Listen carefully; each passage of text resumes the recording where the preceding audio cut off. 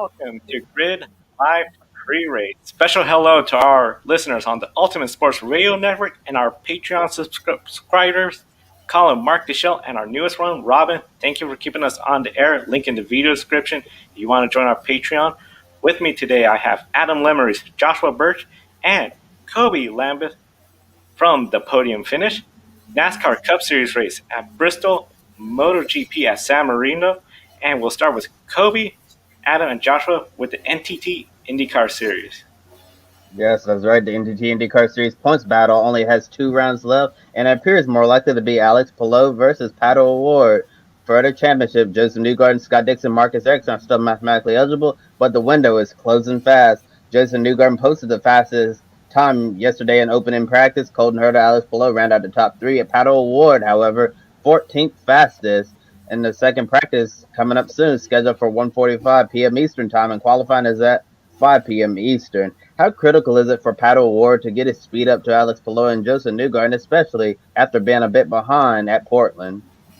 Massively. If he wants a shot at this title, he has got to push, and this is the weekend to start pushing.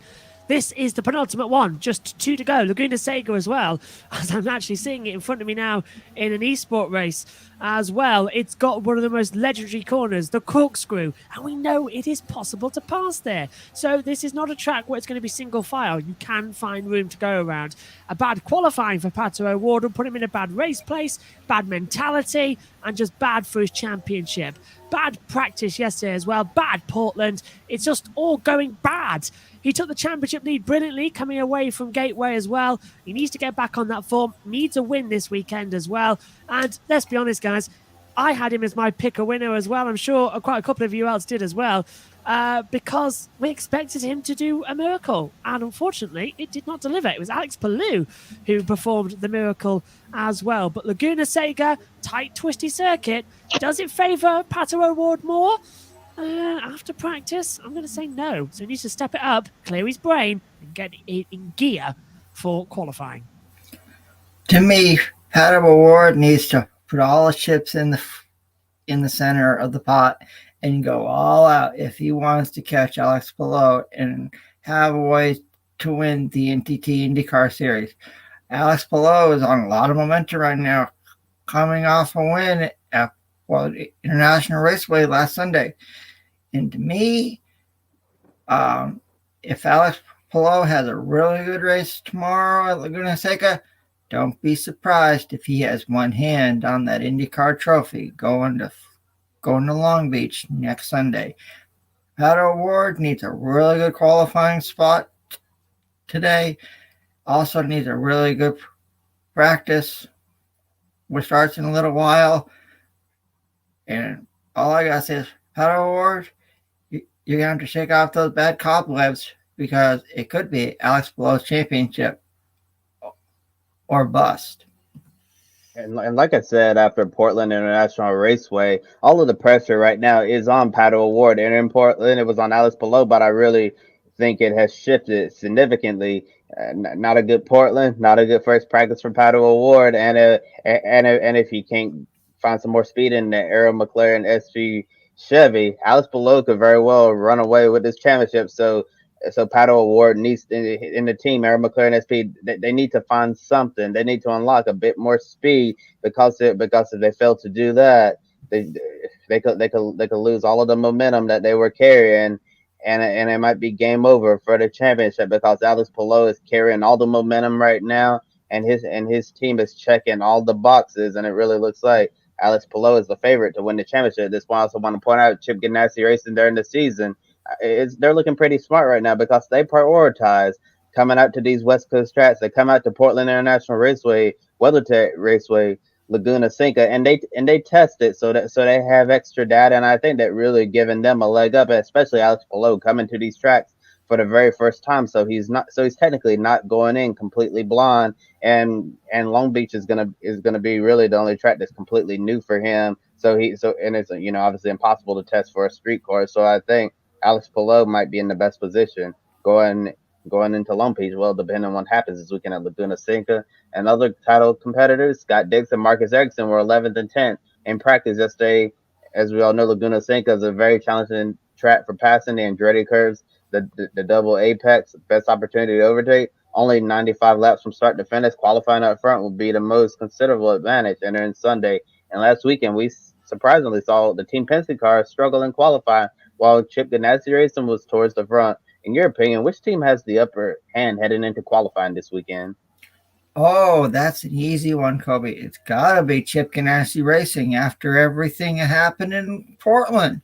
Like I just said, Alex Palou is a championship leader.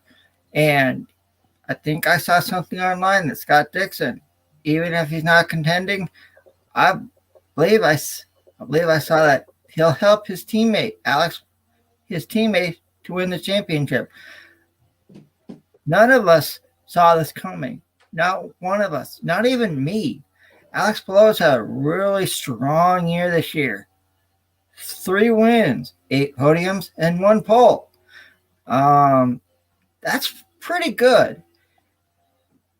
But for me, Chip Ganassi has the advantage going in here to Laguna Seca. But Team Penske is going to have to find a way around Alex Palou and Scott Dixon, or it could be game over. I'm going to swing completely the pendulum in the opposite direction, go away from Chip Ganassi and go directly to Team Penske. Yes, as Adam said, they had a very, very poor Portland qualifying as well.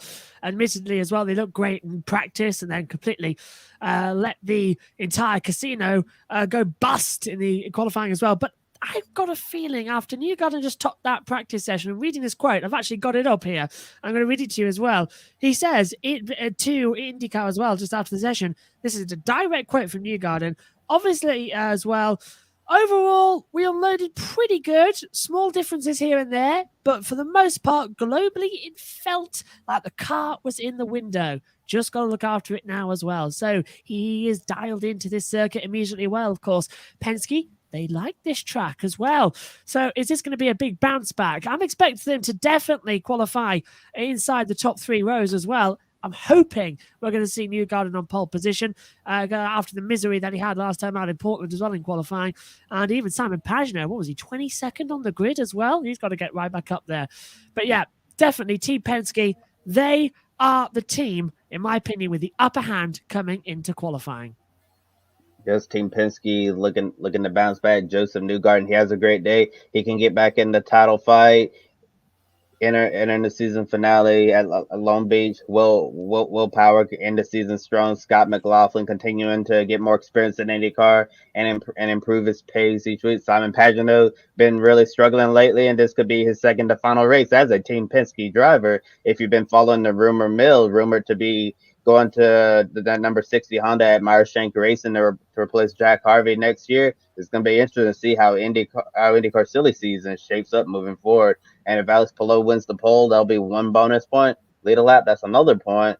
And lead the most lap, he'll get 2 more points. And you can get 50 points for a win. Alex Palou currently has a 25-point lead over Pato O'Ward. And another win, another really bad day for Pato O'Ward. If we see Scott Dixon, Newgarden, Ericsson not have a good Laguna Seca, Alex Palou could just about wrap it up heading into the season finale.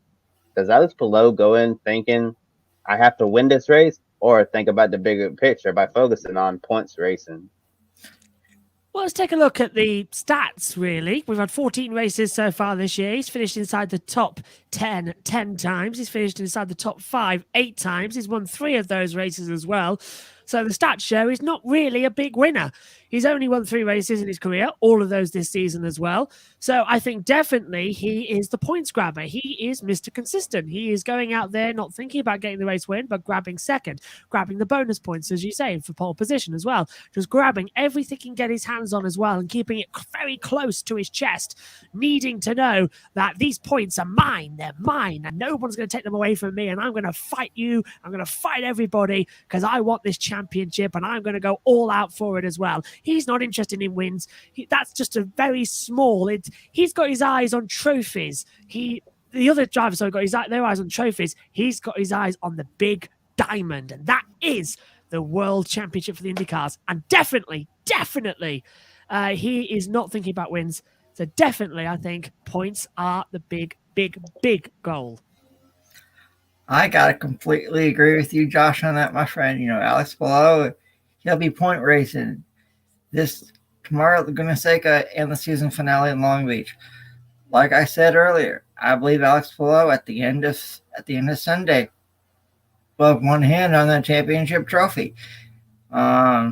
He's not looking for race wins. No, he's looking for points, and he'll grab as many points as he can tomorrow and in Long Beach. Alex Palou has had a strong year this year. Like you said, Josh, he's Mr. Consistency. He's been very strong all year long, and I wouldn't be surprised after Sunday. Alex Palou, I'll just go out and say it. I believe that Alex Palou will be your 2021 NTT INDYCAR Series champion. And that's how quickly it changes around. I mean, just even 2 weeks ago, none of us sat here knew exactly who was going to win the title. We all said it's too open. But these two races we've had, the Gateway and here at Portland, and then we've got another two left as well. It's just blown everything wide open again, and it's allowed Palou to come back and be consistent. I am honestly so looking forward to tomorrow's race. It's unbelievable. In fact, I've never been more looking forward to a qualifying session this evening because there's just so much on the line. I think you might have to sedate me at Long Beach. Yeah, it's going to be quite an interesting championship battle, and I'm glad you brought in those stats. Josh shows Alex Palou very, very consistent. He collects those points, makes the most out of bad situations, and in a way, kind of reminds me of a young Scott Dixon. And I've said this before on this show, been consistent with this view. I think Chip Ganassi has finally found the team leader. When Scott Dixon retires, I see a lot of Scott Dixon and Alex Palou, and I really think he'll be that number one driver when Scott Dixon decides to walk away. And I do agree with both of you. Points racing is definitely going to be the strategy for Alex Palou. And if we're talking about a driver who's going to have to focus on winning the race, getting max points, that certainly is the Arrow McLaren SP driver, Pato O'Ward. Now it's time for some MotoGP coverage. MotoGP, of course, running and San Marino for the San Marino Grand Prix this weekend, and it's going to be a very exciting race. We saw a very thrilling qualifying today. With me to discuss MotoGP, Joshua. This is the second weekend in a row, and Pecco Bagnaia, he's trying to make it 2 for 2, going for his second win in a row. He is starting on the pole, and Fabio Quartararo starting third, but we saw him go down during qualifying. Juan Mir, third in the points, starting 11th. In this race, Mir, he finished third last year. Quartararo did not finish. This was his first DNF of 2020 because we know how the rest of 2020 went for him. And we only have 8 riders eligible for the championship. Is the battle really for second place, or is there still a points battle that Pecco Bagnaia and Mir are still trying to capture Quartararo? You asked me, I think, before and after Silverstone, did I think Quartararo could have the championship? I said yes. Now I'm saying I'm not too sure. Arguably, he needs to perform well this weekend, and if he wants to win it next time out at Kota, he needs to be 75 points ahead. Right now, I think he's, 52 off the top of my head? So he needs a race win, and Mir and Bagnaia not to score. But Bagnaia has suddenly not just had one firework up his exhaust pipe, he's had the entire firework factory lit. And on the back of that Ducati as well. Fantastic whole shot device technology for perfect launches. Fantastic launch as well with Jack Miller last weekend. And a dogfight with Marc Marquez. Let me tell you something. If you can go toe-to-toe with Marc Marquez on his day as well and beat him, you are something special. I think it's taken him a while to get used to this Ducati, but Bagnaia is back. And it's great. And as you say, he's got pole position here for tomorrow. He's third in the championship, same points as Mir. I think definitely we could see Bagnaia become a title contender this weekend if he can win. And I'm going to say something as well. Quartararo seemed off all weekend as well. He seems to be, he can top the timesheets as well, but then he just drops back as well. He's been here or thereabouts. And then he had a strange accident as well in free practice 4. And I'm seriously now wondering to myself as well, is Quartararo going to bin it in the race? Because it's possible rain tomorrow. We know he doesn't like the rain. So I think Quartararo could be somebody who could hit the deck, and that will massively change the title hopes. So yeah, watch out for Bagnaia. You said about Mir in P11 on the grid as well.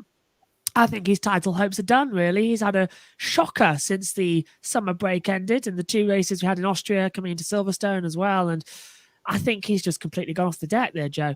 And I'm actually now putting my bets on the top 2. You say mathematically 8 in it. It's only 2. It's Bagnaia and it's Quartararo. I have to agree. The top 2, they're the real ones contending for this championship. Mir, especially in qualifying where we saw that miscommunication, that frustration with the team, we know this is not exactly going this year. And of course, they lost their leadership who went to Alpine this year. I just feel like there is something missing because even Rins not having a good year with that Suzuki team. They've lost their big boss, as you say. They've lost him, and they didn't replace him either. So there's nobody in that managerial role to act like a father figure to them, and it's just thrown Suzuki as well. They lost their concessions at the end of 2019. They were really, really quick in 2020. They swapped both championships as well. Arguably, it's because Marc Marquez wasn't there for the season.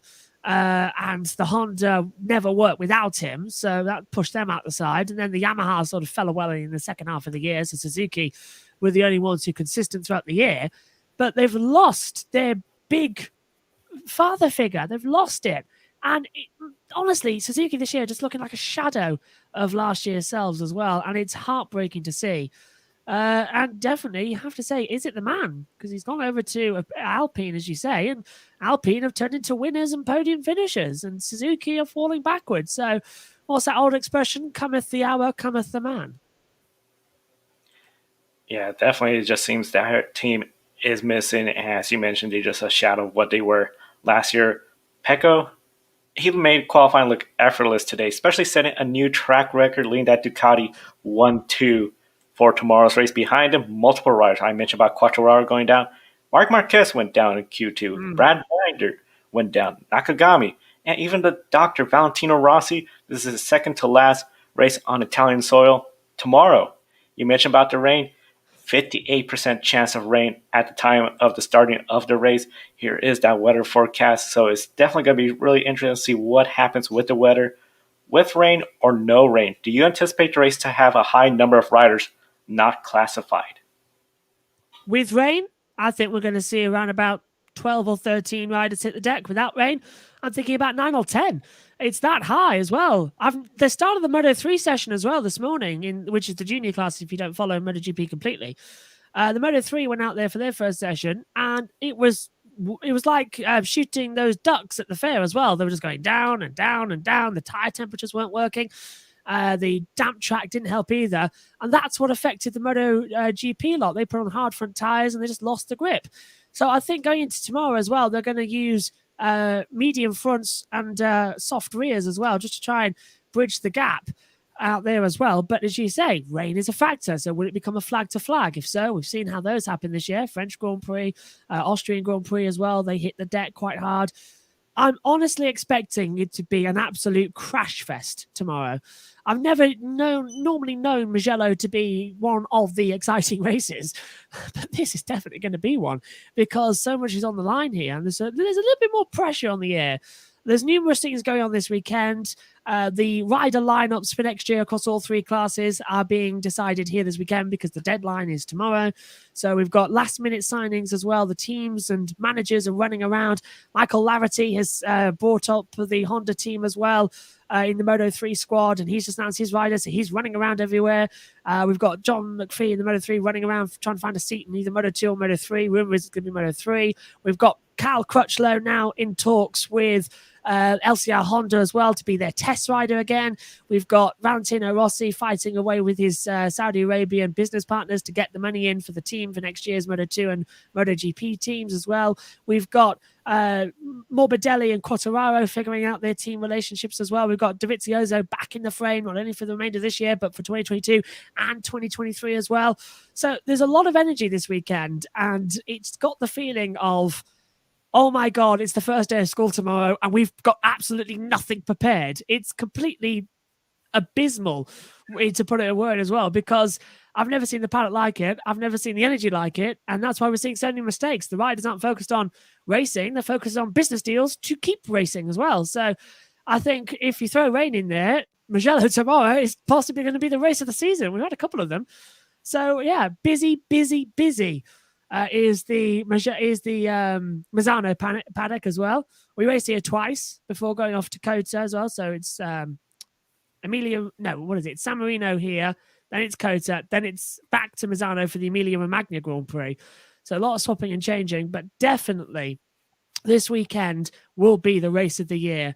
And I'm so excited because it's, as you say, 8% chance of rain, but we had dark clouds at the end of Moto 2 and the MotoGP qualifying sessions as well. And that saw a massive flurry of riders out there to get their lap times in. So, yeah, absolutely. Race of the year, rain predicted. Do not miss it. If you watch one race this year, watch the Misano race tomorrow. And if the Misano race is the race of the year, that means they had to top Austria, which a lot of people are calling that the race of the year when Brad went out there, got the win. So it is going to be a very interesting race tomorrow. And of course, we're all going to be following, see how the 8 riders that are still mathematically eligible for the championship all perform. 25 points for a win. The top 15 score points in MotoGP. And then the next race, United States Grand Prix from Austin, Texas. Of course, we're going to be here at the Grid Network following that, so be sure to subscribe to that as well. And speaking about championships right here in the United States, we got to turn our eyes to Bristol Motor Speedway, the NASCAR Cup Series racing tonight under the lights. It's Bristol, baby. That's right. It's Bristol, baby. The final race in the round of 16 arrives in Thunder Valley for the famous Bristol Night Race. It'll be absolutely electric. The atmosphere, the fans, the beating and banging that we anticipate with this race. And if you watched last night's Xfinity race, almost reminiscent of Dale Earnhardt and Terry Labonte, really crazy. AJ Allmendinger, Austin Cindric. A close finish. Then Cindric getting in the Allmendinger. Both of them go spinning, and Allmendinger sideways across the finish line, won the race, hit the inside wall, come up in the track, and then got hit in the driver's door by his teammate Justin Haley. It was just really crazy because the winner's interview, AJ Allmendinger from the infield care center. I don't remember the last time the leader had his car completely destroyed and had to do the interview from the care center. That was just absolutely peak Bristol at its finest last night, and I will be shocked if we don't see something very similar tonight because, like you said, Joe, it's Bristol, baby. This is the true action track of NASCAR, and after last night's race, people are wondering, why on earth did we cover this track in dirt in the first place? Because Bristol on concrete provides some really excellent racing. And 4 drivers below the cut line entering this cutoff race, every position tonight is going to matter. And 2 of those drivers, surprisingly, are from Hendrick Motorsports. Alex Bowman and William Byron are both below the cut line and entering the playoffs. I'm not sure how many of you would have predicted that. So here's the question for you, starting with you, Adam. How big of a disappointment would it be if one or both HMS drivers did not advance to the round of 12? Oh, it'd be disappointing. You know, those 2 cars have had history. Who used to drive the number 24 car? Jeff Gordon. How much success did he have in that car? What about the 48? Jimmy Johnson. How much success did he have in that car? You know, and before I go on, I'll say I've been to Bristol. It's only a few hours from my house here in North Carolina, so I can say I've personally seen a lot of beating and banging, tempers flaring. It's a track that if you're not a NASCAR, if you've never been to a NASCAR race, that's one you need to go to at the top of your list easily. But if Alex Bowman and William Byron don't advance tonight, I believe Mr. H, better known as Mr. Hendrick, I think he'd be disappointed. For me, Alex Bowman and William Byron, they both start in the top 15. They're going to have to have a smart strategy, have really good pit stops, and avoid and get as many stage points as possible, and run safe. Because as we all know, Bristol, one car wreck could turn into a multi-car wreck. And Alex Bowman and William Byron don't want to be included in any of that. So Alex Bowman, William Byron are going to have to drive very smartly in advance to the round at 12. When it comes to the Hendrick vehicles, if Alex Bowman, William Byron don't make it into the next round of the playoffs, it's a huge disappointment for their season. They have wins. I mean, Byron, he was looking very strong after the Homestead win, getting top 10 finishes. Alex Bowman getting multiple wins this year. To be in this situation where they're below the cut line, it's it's almost a bit ridiculous because it shows that even if you have not just one win, multiple wins, if you don't have that sense of essentially the consistency on the level of Denny Hamlin, Kevin Harvick, you could still get eliminated in the first round. A lot of people talked about the winless drivers being eliminated at the end of this first round. Well, here we are, and two drivers with Hendrick Motorsports that have wins this year are looking at possibly being eliminated. I think this really would then start raising the questions: do we need to see some sort of change? We know Rudy Fugel, teamed up with William Byron this year, showed a lot of success. But that doesn't mean anything in the playoffs if you can't get out of that first round. Alex Bowman, he gets the wins, that's great. But he didn't show up for the playoffs. If he goes out, a lot of questions about what are the playoff caliber level of these two teams. A lot of questions if they don't advance into the next round of the playoffs.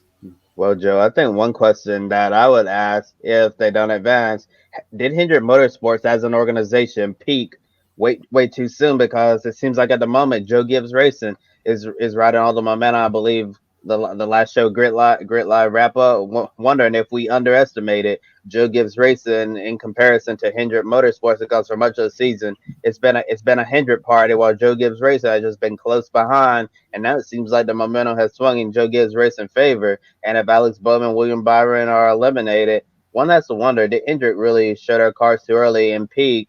And while Joe Gibbs Racing peaking at the right time with all of the momentum, and I do think if the 48 and 24 don't advance, that would be a massive disappointment for Hendrick Motorsports. In my opinion, I thought all four cars would at least take up the round of 8, would have half Hendrick cars in the round of 8, but I didn't expect what would be an early playoff exit if they failed to advance tonight.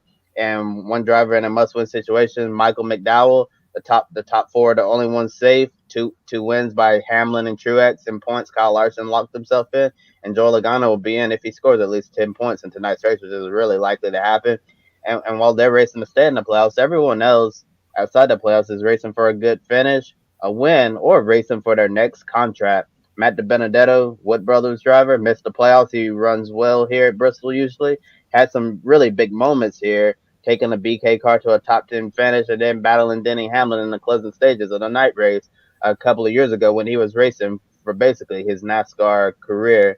We all know how badly Matt DiBenedetto wants to win for the Wood Brothers and have his name in the record books to get in that iconic 100 win for the Wood Brothers. Right now, they're still stuck at 99. And we also can't forget the momentum recently from Ross Chastain with some good finishes at Darlington and Richmond. That 42 team has really figured it out. We do you think a non-playoff driver can win tonight, or will the historical factors come into play with a playoff driver winning all? When it comes to the race tonight, I anticipate a playoff driver is going to take home the big trophy from Bristol Motor Speedway.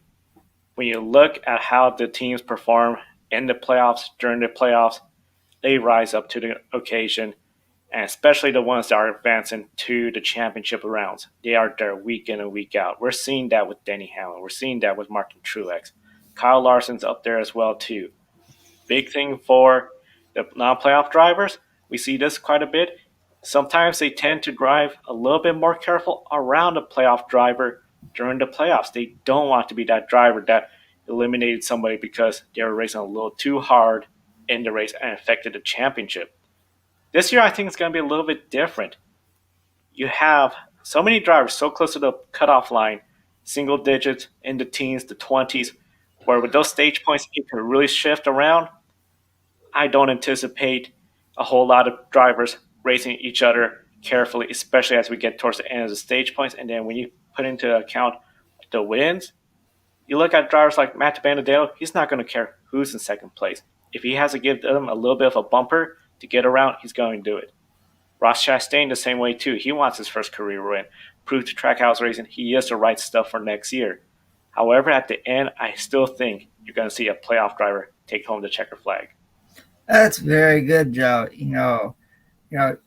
You always could say Daytona and Talladega are wildcard races. Well, I'll just throw in Bristol Motor Speedway in the hills of Tennessee because it's the last great Coliseum. It's the world's fastest half mile. I believe a playoff driver will win tonight's race, but I wouldn't count out a driver like Matt DiBenedetto, like you said, Joe. He's looking to give Wood Brothers their 100th career win. He's had a lot of success here, like you said, Kobe, and I wouldn't be surprised if Matty D is in the hunt for his first Cup win tonight at Bristol. Always runs good here. But to me, in the end, it's going to be a playoff driver, and I'll let you know who that is in my pick a winner at the end of the show. Yeah, I do agree with both of you. That's going to be a playoff driver in Victory Lane tonight. If we want to go for a race that's going to probably have a non-playoff driver win, that would be in 2 weeks' time at Talladega Super Speedway. And Bristol and Talladega are probably the two races with the highest chances of a winner outside the playoffs, but definitely Talladega being the massive wild card race in the playoffs. And Denny Hamlin is one driver who's looking to try and improve his position. Entering the round of 12, he was the number 7 seed entering Darlington, got the victory, and finished second last weekend at Richmond. Will Denny be pushing hard for another race win, including all the stage wins tonight? Of course. Denny Hamlin has had success here at Bristol in the past. He'll be going out to win, another race tonight, and I would count anyone from Joe Gibbs Racing. They've got a lot of momentum right now, and Denny Hamlin, I believe he'll go all out to get that one tonight, and Joe Gibbs Racing could be peaking at the right moment. Denny Hamlin today, he could go in there just absolutely all out to try to get all the points, improve his position, because he doesn't have to worry about a bad race and he's going to be out of playoffs. He is in it the next round. He is running strong. I don't see why he'll take it easy at Bristol. If anything, I think he's going to be one of the hardest drivers to race around the track because he knows he's good at this track.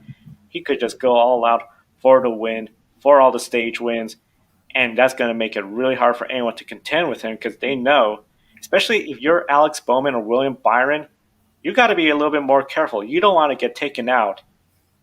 Denny Hamlin, he does not have to worry about that. He could race anybody really hard because he's in the next round, and he's right now probably the top driver to beat in the Cup Series. Yes, Denny Hamlin, top driver to beat in the Cup Series, but also think his closest competitor we've seen all season long in the regular season, Kyle Larson. I really believe it's going to come down between Denny Hamlin and Kyle Larson for this year's NASCAR Cup Series championship, but you can't count out the defending series champion, Chase Elliott, as well. And be sure to catch the Bristol Night Race tonight under the lights in Thunder Valley at 7:30 p.m. Eastern on NBCSN. Tomorrow, MotoGP at 8 a.m. Eastern, and IndyCar on Sunday at 3 p.m. Eastern on NBC.